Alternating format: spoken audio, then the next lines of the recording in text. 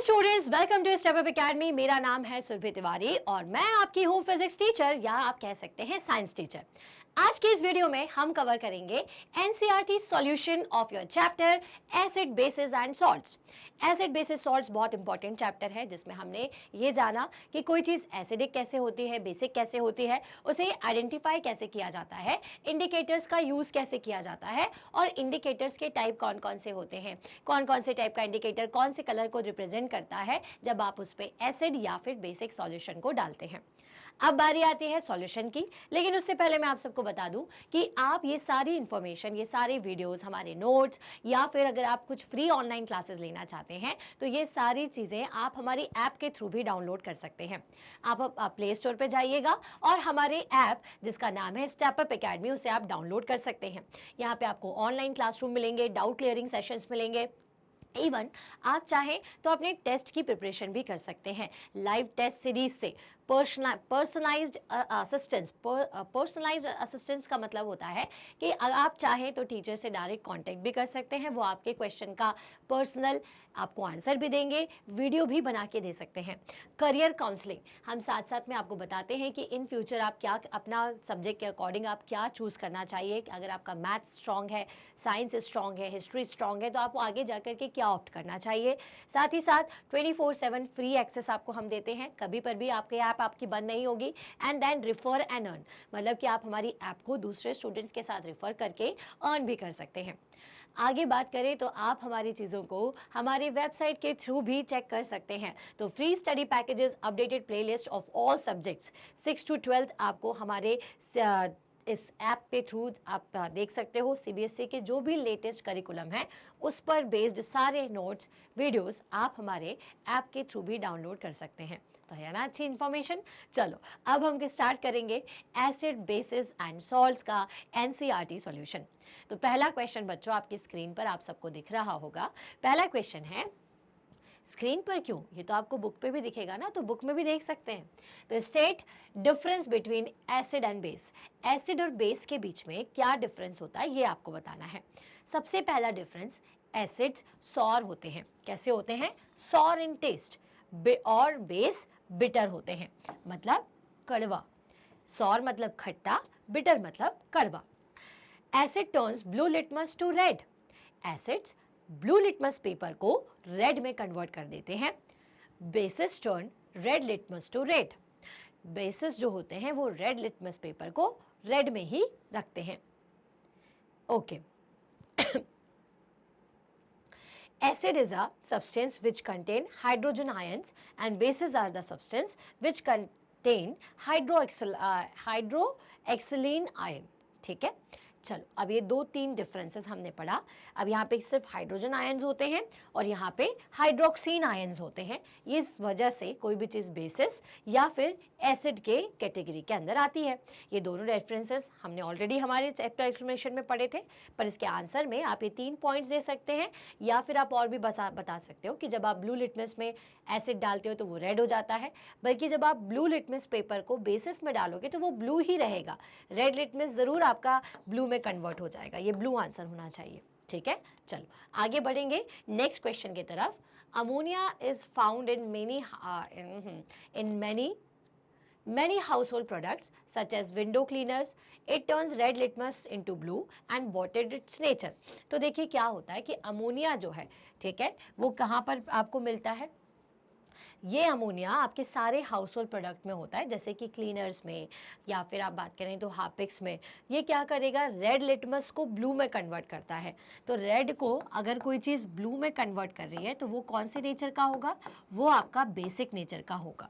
ठीक है, so what is its nature? तो ammonia has a basic nature. Ammonia का नेचर कैसा होगा? Basic in nature. इसी वजह से रेड लिटमस पेपर ब्लू में कन्वर्ट हो रहा है।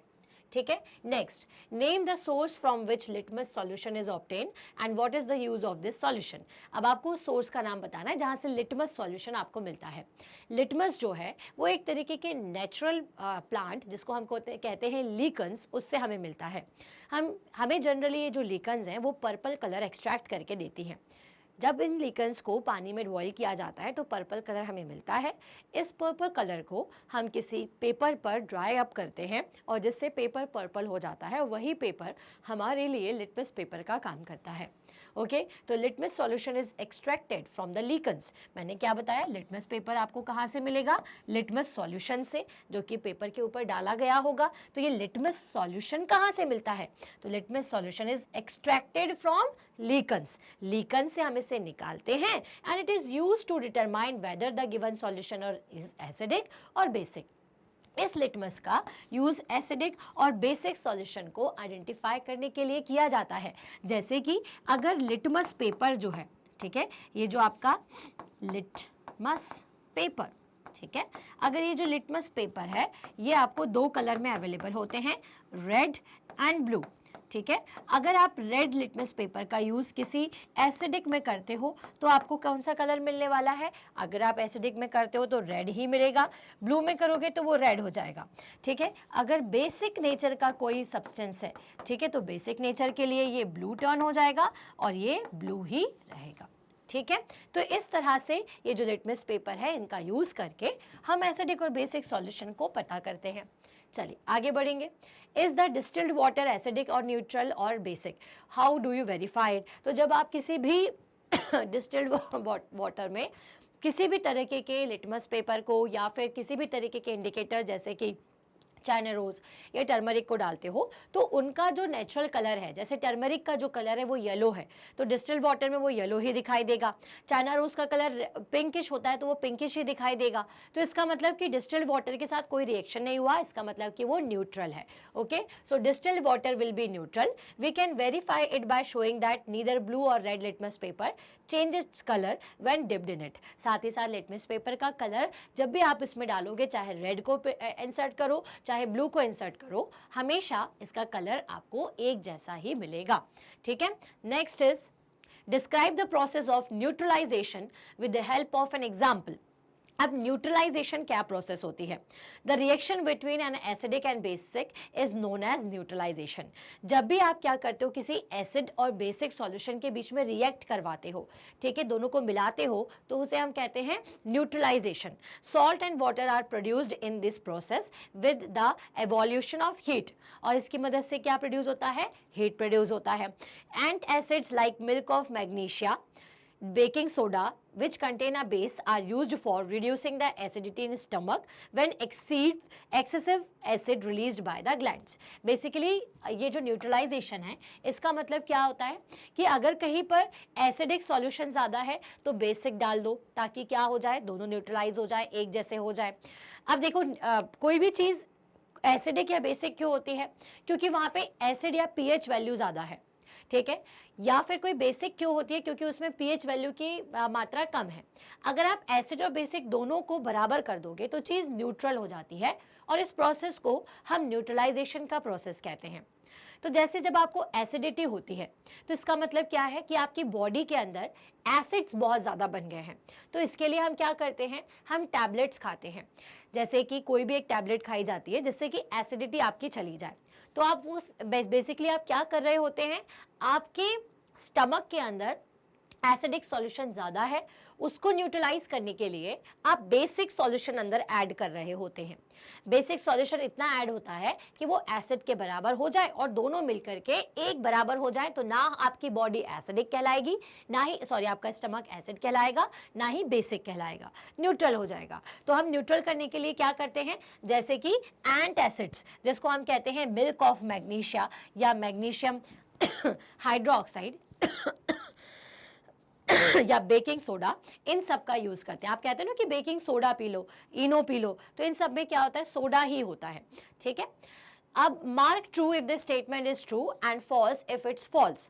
तो nitric acid turn red litmus blue, nitric acid क्या रेड लिटमस को ब्लू में कन्वर्ट कर देगा, बिल्कुल भी नहीं, क्योंकि ये एसिड है। क्या है बेटा, एसिड, और एसिड है इसका मतलब क्या करेगा, लिटमस के साथ ये कौन सा कलर देता है, तो ये लिटमस के साथ में आपको हमेशा रेड कलर ही देगा। अगर आप रेड कलर का लिटमस ले रहे हो तो रेड दिखाई देगा, और ब्लू है तो ब्लू दिखाई देगा।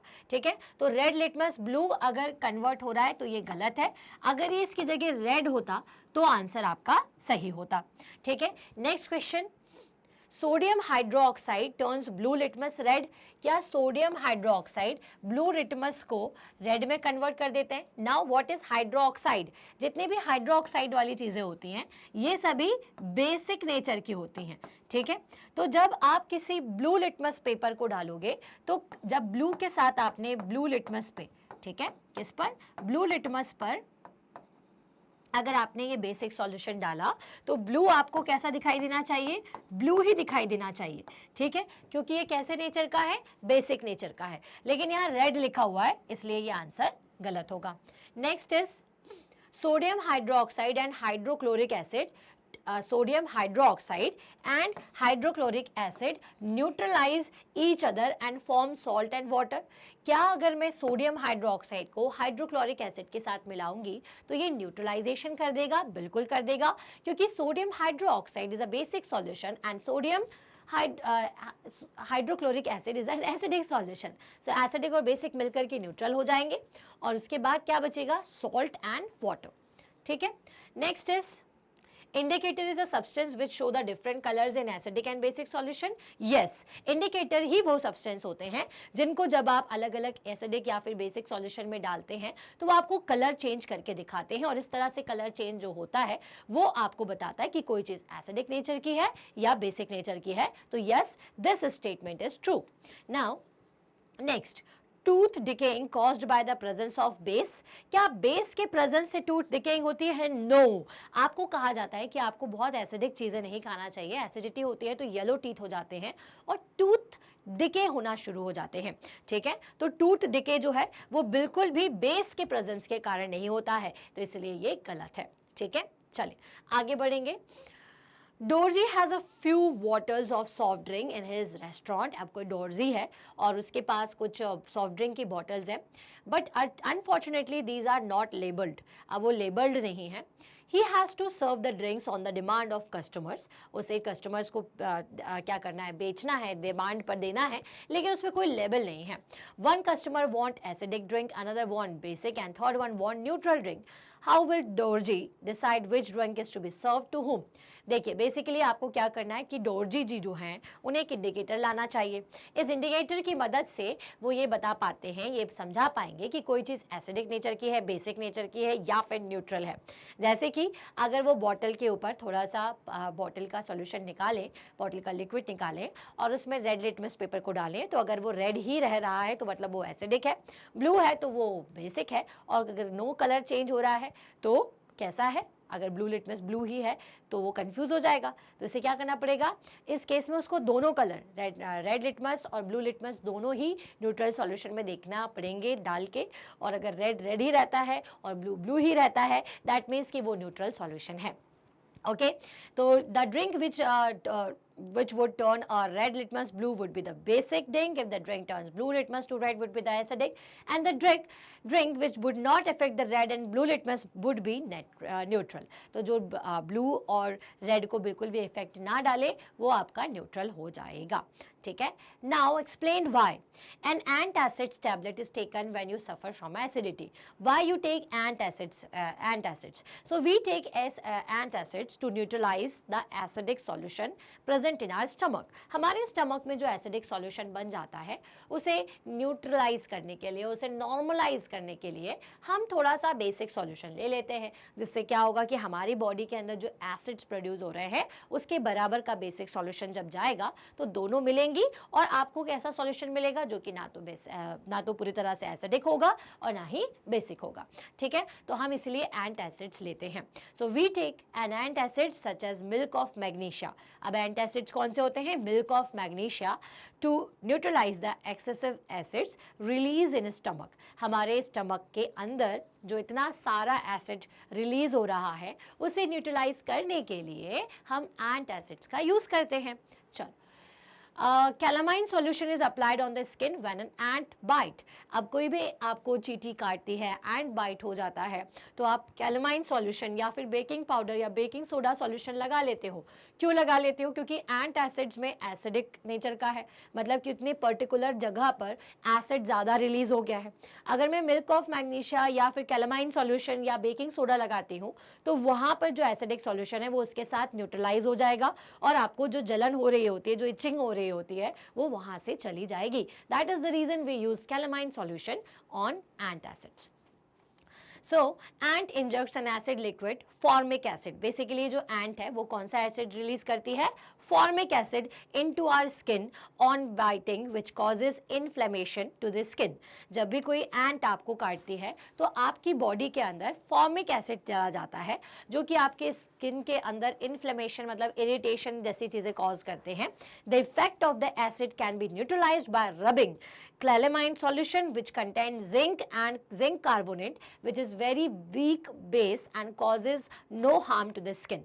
तो जब आप किसी भी calamine solution को लगाते हो तो ये जो calamine solution है जिसके अंदर zinc carbonate होता है, ठीक है, zinc carbonate कैसा होता है? और zinc carbonate बहुत ही weak base होता है जो कि बहुत ज़्यादा आपकी बॉडी के साथ में रिएक्ट नहीं करेगा, और आपको जो जलन हो रही है, जो इन्फ्लेमेशन हो रहा है, उससे भी राहत मिल जाएगी। तो हम यही कारण है कि कैलामाइन सॉल्यूशन को जब भी आपको कोई चींटी काटेगी तो क्यों लगाते हैं, ठीक है। तो एंट के अंदर कौन सा एसिड होता है? फॉर्मिक एसिड होता है, ये आपको याद रखना है, ठीक है। चल देखिए, जनरली क्या होता है कि जितना भी फैक्ट्री वेस्ट होता है उसके अंदर एसिडिक क्वांटिटी या एसिडिक सॉल्यूशन उसका ज़्यादा होता है। एसिडिक पोर्शन जो देखा जाए, पीएच वैल्यू या अगर आप बात की जाए तो पीएच वैल्यू ज़्यादा होती है, ठीक है।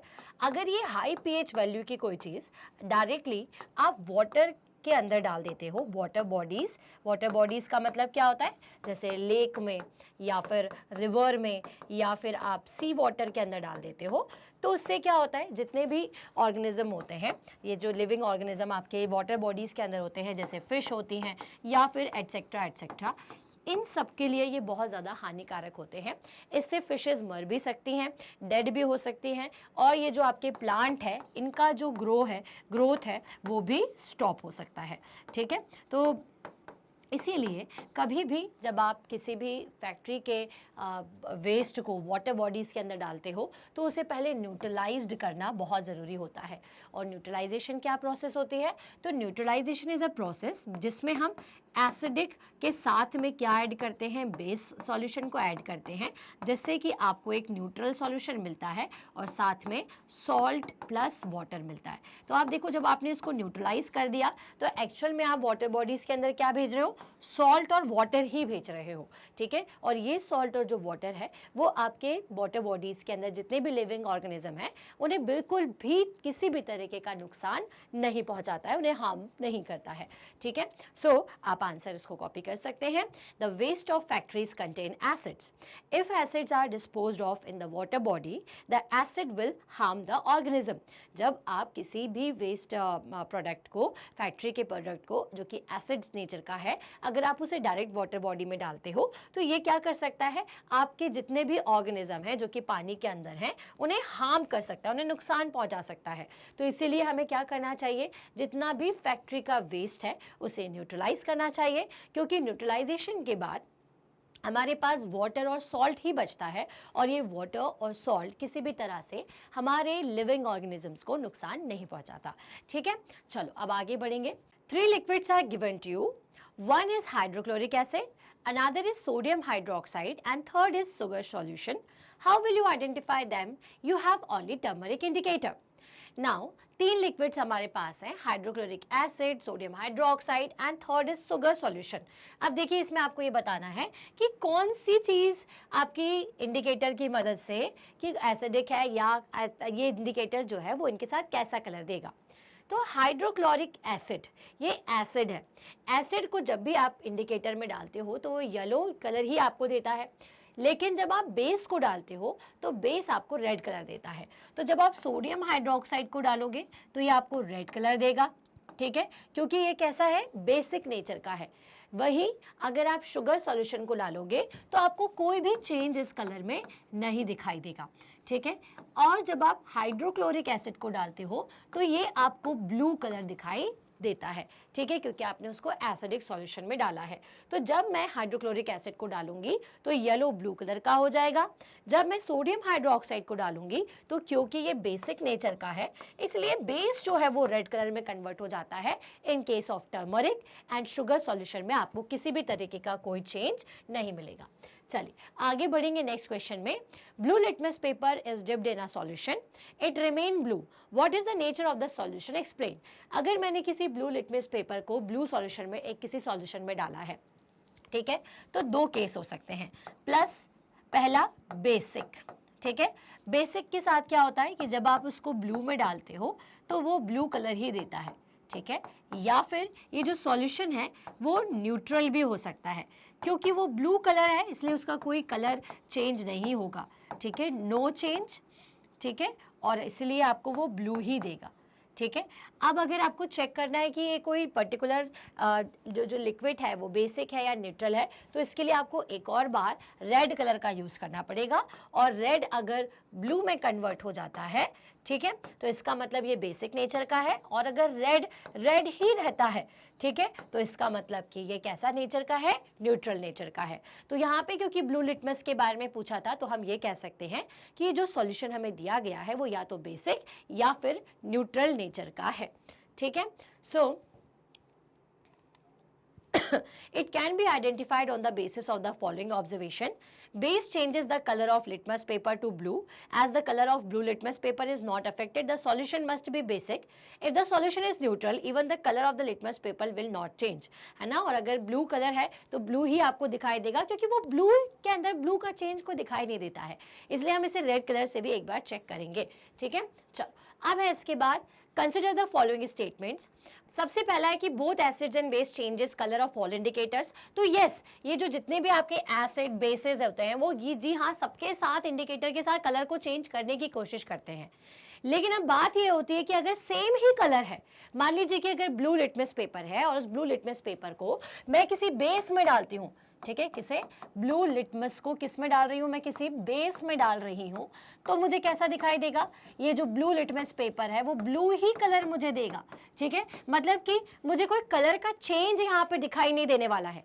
वहीं अगर मैं किसी रेड लिटमस को किस में डालती हूँ, किसी एसिड के अंदर ऐड कर देती हूँ, किसी एसिडिक सॉल्यूशन के अंदर ऐड कर देती हूँ, तो वो मुझे हमेशा रेड कलर ही आइडेंटिफाई करके देने वाला है। तो इसका मतलब क्या है कि भाई दोनों ये जो आपके एसिड्स होते हैं, बेसिस होते हैं, ये कोई भी कलर चेंज को इंडिकेट नहीं करते हैं, ठीक है ना। तो इसका मतलब कि ए स्टेटमेंट आपका सही, मतलब कि चेंज तो होगा लेकिन वो हमें दिखाई नहीं देगा। क्योंकि क्यों नहीं दिखाई देगा, क्योंकि हो सकता है कि भाई ब्लू कलर ही हो सकता है कि रेड कलर ही हो, इस वजह से ये आपको हमेशा एक जैसा दिखाई देता है।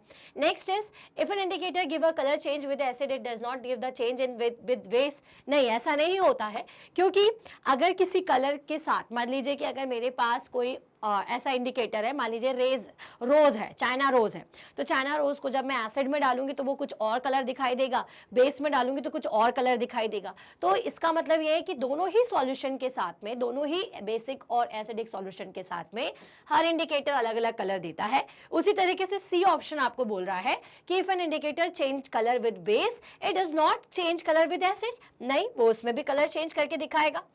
Okay, next is change of colour in an acid and base depends on the type of indicator. Yes, बिल्कुल, ऐसा जरूरी नहीं है कि हर बार एसिड डालने पर रेड ही कलर मिले। हो सकता है कि कभी कभी एसिड डालने पर आपको ब्लू कलर दिखाई दे। तो this only depends on type of indicator, ठीक है, ये बात आपको याद रखनी है। तो इसका सही ऑप्शन क्या होना चाहिए, इसका सही ऑप्शन होना चाहिए ऑन की, ओके, ए एंड डी, ठीक है। तो सेकेंड इसका हमारा सही आंसर होगा, ठीक है। So answer is A and D. Okay, तो यहाँ पर हम खत्म करते हैं हमारा आज का ये जो वीडियो सेशन है वो, जिसमें मैंने आपको समझाया है कि किस तरह से एसिड और बेस काम करते हैं। इसके एनसीईआरटी सॉल्यूशंस को हमने किया। I hope you like this video. और ऐसे ही सारे वीडियोस को ज्वाइन करने के लिए, देखने के लिए आपको क्या करना है, आप हमारे यूट्यूब चैनल को भी सब्सक्राइब कर सकते हैं। प्लस आप ऐप के थ्रू सारी डिटेल्स, अगर आपको नोट्स चाहिए, चाहिए है, फ्री ऑनलाइन कंटेंट चाहिए है, तो ये सारी चीजें आप हमारे नोट्स के थ्रू भी चेक कर सकते हैं, जान सकते हैं। ठीक है, तो आप क्या करें, आज ही सब्सक्राइब करें स्टेप अप एकेडमी और इसे ज्यादा से ज्यादा लोगों तक शेयर करें। तो हम मिलेंगे हमारे नेक्स्ट वीडियो में, तब तक के लिए थैंक्स फॉर वॉचिंग।